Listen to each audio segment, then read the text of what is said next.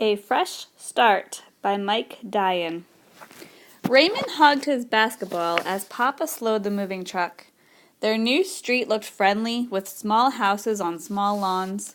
Papa stopped in front of number 33. "We're home," said Papa.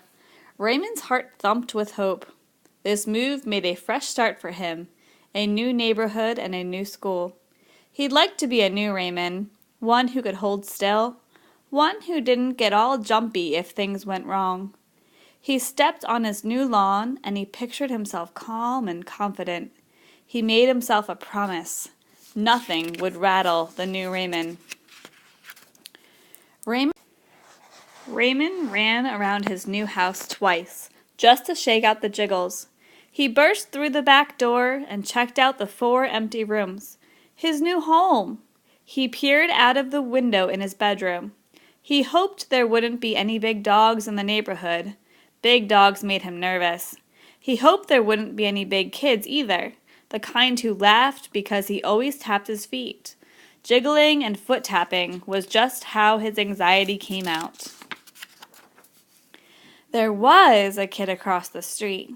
He might be okay, but he couldn't be sure. Raymond felt a wall building up inside him. He'd be careful not to be too friendly. He'd get to know that kid first. A familiar truck pulled up and Raymond's heart sank.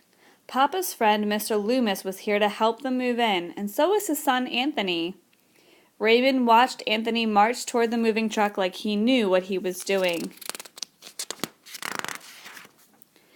He was feeling a little twitchy, so Raymond dribbled his basketball in the empty room. Next to Anthony, Raymond always felt like a little kid. Anthony had helped load the moving truck. He'd carried things with the men while Raymond jumped in and out of the truck with boxes. Raymond kept dribbling. "You're the new Raymond," he reminded himself, cool and steady. But he didn't really believe it. As Raymond left the house, he felt eyes on him, the boy from across the street. Raymond's fingers tapped on the basketball. "Are you the new kid?" asked the boy. "That's me," said Raymond. "Raymond Estes." "I'm Derek Staxton," said the boy, "but call me Stax." Raymond and Stax looked each other over. What Raymond saw was a stocky kid with short yellow hair. Raymond figured Stax saw a medium-sized kid hugging a basketball, maybe looking a little insecure.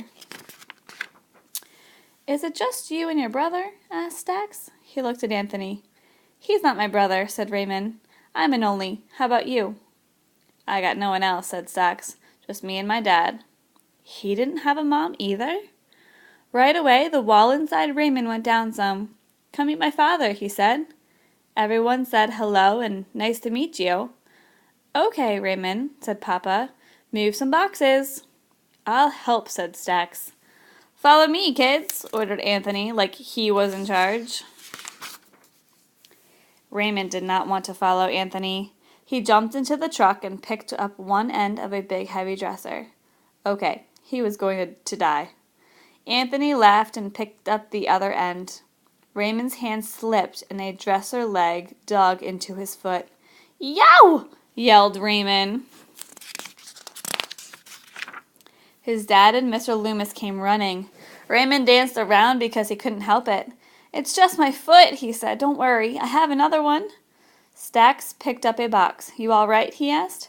"Me great," Raymond lied. "There's ice in the cooler," called Papa. "Put some on your foot." No way. Raymond didn't want Stax to think he was a total wimp. He grabbed a huge bag of towels and hobbled down the ramp. At least if he fainted, he'd fall on something soft. For half an hour, Raymond lugged boxes as fast as he could. He was nervous, so he couldn't stop or he'd jiggle. Stax and Anthony were getting along fine, carrying stuff in together and talking. Raymond was worried. Did Stax think he was a loser? When Raymond couldn't stand it any longer, he went into his room and dribbled his basketball. A few minutes later, Stax and Anthony carried in his mattress. "Where do you want this?" Stax asked. Raymond pointed to the middle of the wall.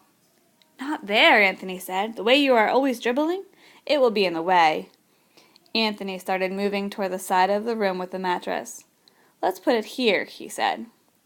Raymond wished for some perfect words, funny and cool, to let Anthony Loomis know that Anthony wasn't always in charge. Instead, he started jiggling, faster and faster. Then he noticed Stax was watching him, not following Anthony, and he remembered his promise to himself.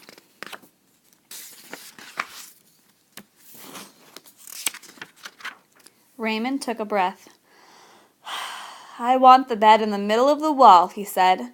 "There's plenty of room left for a good dribbler." Stax nodded. "You are pretty good at it, man." Anthony shrugged. They set the mattress down where Raymond said. Raymond grinned at Stax and threw him the basketball one-handed. "You have a hoop?" he asked. "Yeah, I haven't used it much, though." "That's okay," said Raymond. "We can both practice. I can dribble, but I can't shoot." That was the first time he'd ever said out loud that he wasn't good at something. He was surprised. Saying it made him feel good. Calm. "Let's go get the rest of your bed," said Anthony. "We can help you set it up." "Okay," said Raymond. The three boys went out together. Raymond's leg jiggled a little, but he didn't worry about it. He was going to like living here.